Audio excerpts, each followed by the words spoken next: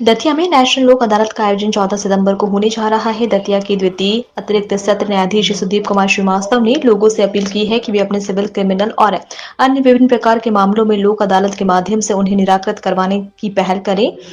इसमें दोनों ही पक्षों में पनपी कटुता हमेशा के समाप्त हो जाती है और लोगों के समय और पैसों की बचत होती है।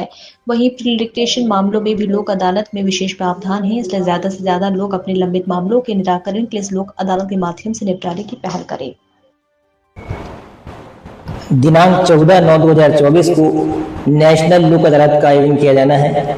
इसमें आप सभी से मैं अपील करता हूं कि अपने सिविल, क्रिमिनल एवं अन्य प्रकार के मामलों में अधिक से अधिक निराकरण करावें, क्योंकि लोक अदालत में किसी एक पक्ष की जीत नहीं होती है, बल्कि दोनों पक्षों की जीत होती है और उनके बीच आपसी कटुता समाप्त हो जाती है।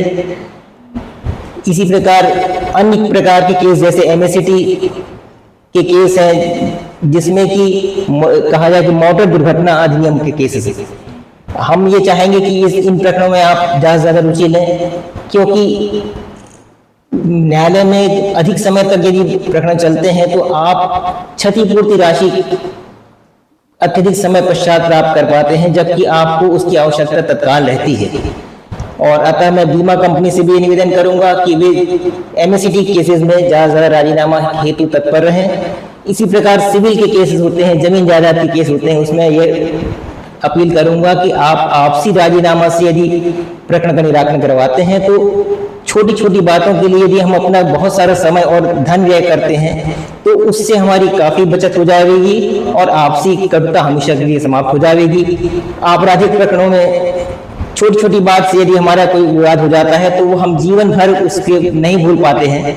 यदि हम राजीनामा कर लेते तो वो केवल हमारी इस पीढ़ी के लिए नहीं बल्कि आगे आने वाली पीढ़ी के लिए बहुत लाभदायक रहता है और उनके बीच आपसी वैमनस्य समाप्त हो जाता है।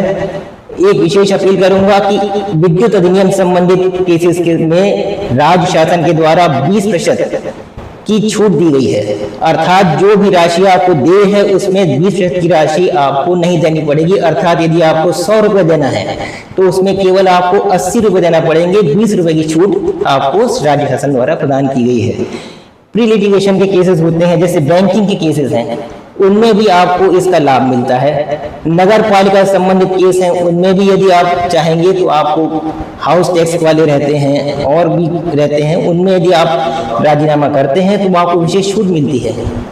अतः मैं आप सभी से निवेदन करूंगा कि नेशनल लोक अदालत में अपने मामले का निराकरण करवाकर अधिक से अधिक फायदा प्राप्त करें और यदि कोई राजस्व देय होता है तो वो देश को ही आपका पैसा जाता है और उससे हमारा समाज का कल्याण होता है।